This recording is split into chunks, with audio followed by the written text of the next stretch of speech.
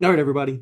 Thank you for allowing me to be here virtually again. I think this is like the fifth or sixth year I've been virtual.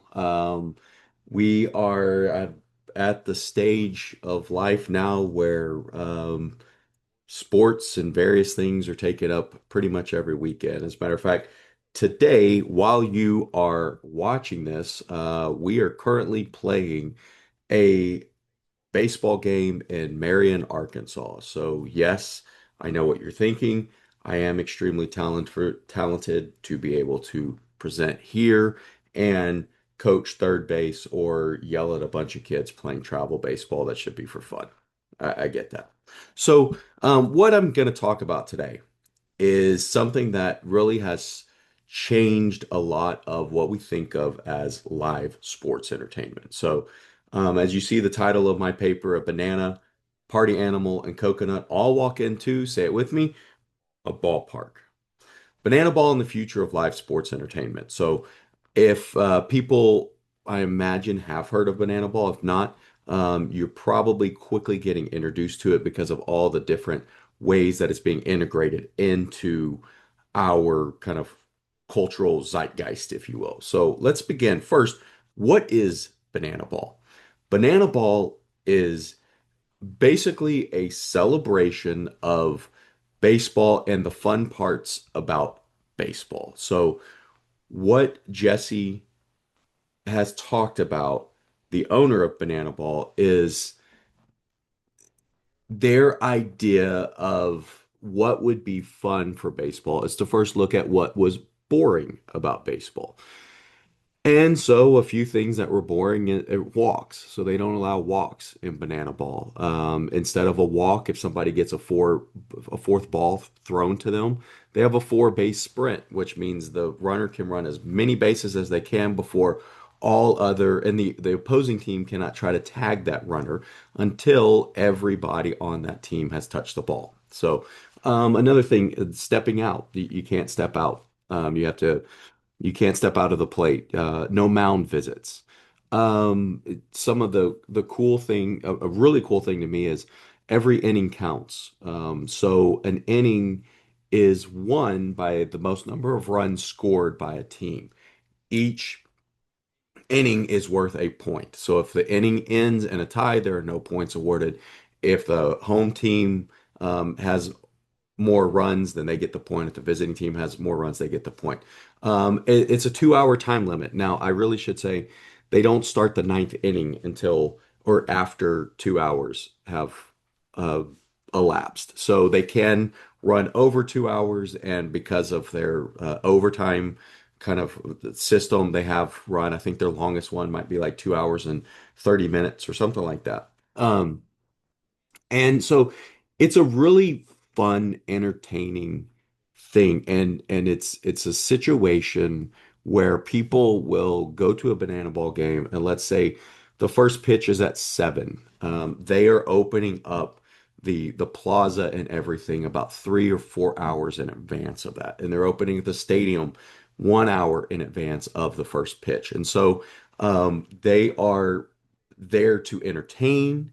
They are there to make sure everybody has a good time. And by the way, these people are really, really good baseball players. So let's talk about why bananas. And we'll get into more of the history of Banana Ball in just a little bit, how it started as a college travel or a college summer league. So people playing in college could get more exposure playing in a wood bat league and things like that. But why did they choose the name the Savannah Bananas?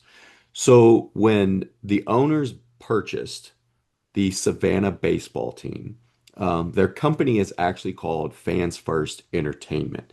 And last month, I was lucky enough to speak to Joel Zimmerman, who is affiliated with Banana Ball. He's actually the showrunner for the Loco Beach Coconuts, and so he kind of filled me in on a lot of this history. But when they first purchased the team, as a lot of teams do, they held a contest to name the team. And there were a bunch of different names, but there was actually one person who said they should call them the Bananas, and they chose that. They chose the Bananas name, And immediately when they announced it, some people were kind of upset about it. They didn't think it was a great idea.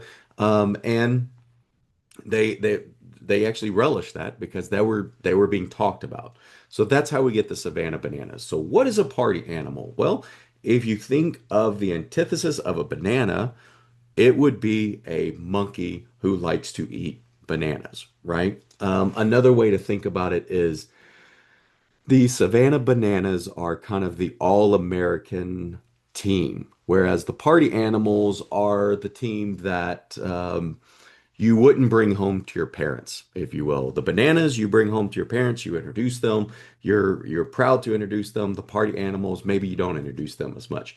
And actually, a few weeks ago, I went to the Bananaball game in Memphis, and it was between the party animals and the Indianapolis Clowns. And the party animals were the host team. So this was the first time I had been to a game where they were the host team. And their introduction is it's your mom's favorite team. And then that's how they run on to the field. So there now are four other teams in Banana Ball. So where did they come from? First, we have the firefighters. The firefighters during Banana Ball games, the players and organization would do things to salute military, salute first responders. They do something that they have a charity called Bananas Foster that really focuses on foster parents and foster families. And so there was a lot of emphasis on first responders. So when they wanted to add a third team, they chose to add a team called the firefighters. And they joke that that is the first time that they have introduced a team. That was the first time they introduced a team, and nobody argued or was disappointed by the name because everyone wanted to support first responders. Um, in 2025, halfway through 2025, they introduced the Texas Tailgaters. And the reason behind this is they actually saw that people were showing up to their games and they were tailgating before they even had their plazas open or anything open hours before the game. People were showing up and they were tailgating, and they thought that would be pretty cool to have a team based around the tailgaters. Why Texas? Because there are so many different opportunities for them to play in stadiums in Texas. They wanted to have a team that carried the Texas name. And we'll get into more of that in just a little bit. Then this last year, they introduced two teams. So one team they introduced was the Indianapolis Clowns. And this is a really cool story because the Indianapolis Clowns were actually a team in the Negro Baseball League. And so the Banana Fans First Entertainment actually worked with the Negro League Museum to bring back the Indianapolis Clowns name and be able to use it and pay homage to that historic team because the Clowns really were the Bananas before the Bananas ever existed. They would do tricks on the field and they would find different ways to entertain people that would come to their games. The sixth team so far is the Loco Beach Coconuts that's introduced. And so what you see is there are four teams that have a city or state attached to them, two teams that don't. So the Savannah Bananas, the original, so they based in Savannah, Georgia.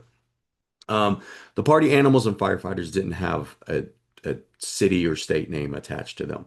When they introduced the Texas Tailgaters, as I said, they used Texas because there were a lot of different venues that they could play in Texas. And when you look at the schedule now, the Texas Tailgaters play a lot of their games in and around the state of Texas and in the Southwest, or if you will.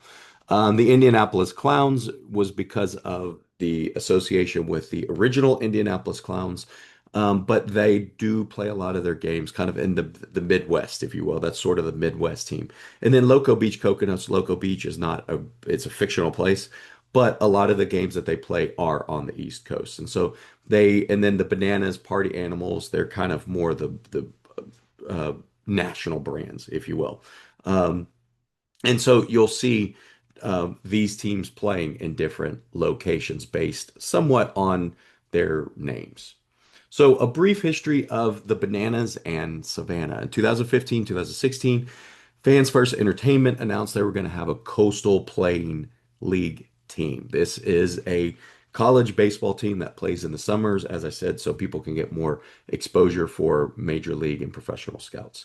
2020, the first game played with Bananaball rules was played between the Bananas and the Party Animals. In 2022, the Bananas officially announced they were leaving the Coastal Plain League and they were going to start Bananaball. In 2023, Bananaball played 80 games across the country. And at this point, they had the Bananas, they had the Party Animals, and they had added the Firefighters halfway through that season. We jump forward to 2025, and it's the announcement of the two new teams, the Loco Beach Coconuts, the Indianapolis Clowns, and then they also announced the Banana Ball Championship League, which this is a competitive league that they actually do keep standings.